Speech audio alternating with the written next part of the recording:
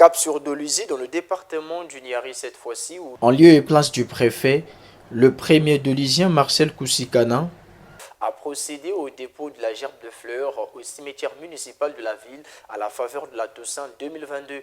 Yves Makaya-Monton y était pour Lux Télévision.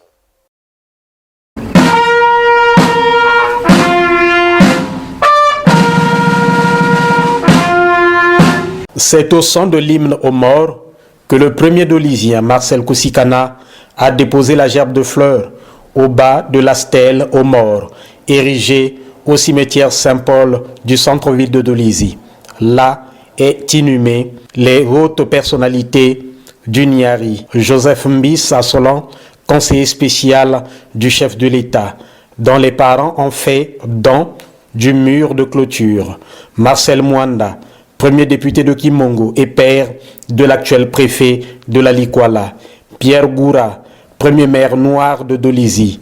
Gabriel Ngimbi Mungele, dont le fils fut ministre puis ambassadeur. Mais cette habitude de fleurir les tombes le 1er novembre est en train d'être reléguée au calendrier grec. Et pour cause. Non, moi je ne le fais jamais. Et pourquoi? Parce que le Dieu que nous prions, c'est le Dieu de vivant, pas le Dieu de mort. On peut aller nettoyer les cimetières, mais pas juste attendre le 1er novembre.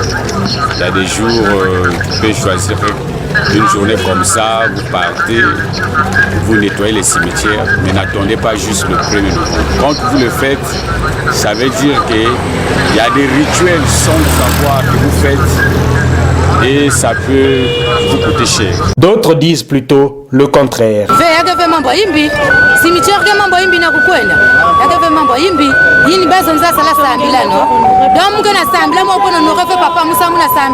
Au 1er novembre, les vendeurs se frottent les mains. Par rapport à l'année passée, je sais que mais l'année quand même ça va. Depuis Souka, si nous avons vraiment le fou, Tandis que les acheteurs grincent plutôt les dents.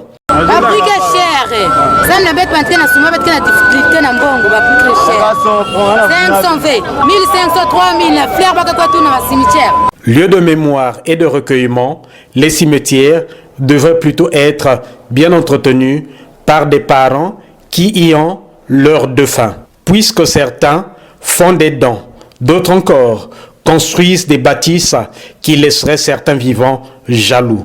Pourquoi? Les morts sont toujours vivants, ils sont parmi nous. Vous voyez, si on bâtit ces maisons, c'est pour marquer une certaine reconnaissance envers eux. Voyez-vous, vous voyez des maisons, là où il y a des maisons, c'est parfois nous qui voulons honorer nos parents. Il n'y a pas de maison, c'est sous forme d'un village. Vous voyez, le village est bâti de plusieurs personnes. Il y a des catégories de personnes, il y a des gens qui ont plus de moyens, il y a ceux qui ont moins de moyens. Tout cela forme une société. Si les vivants prennent le temps d'embellir et de nettoyer leur demeure, pourquoi ne pas le faire pour leurs défunts? Question d'assainir ce milieu. Aux autorités de réfléchir sur la question.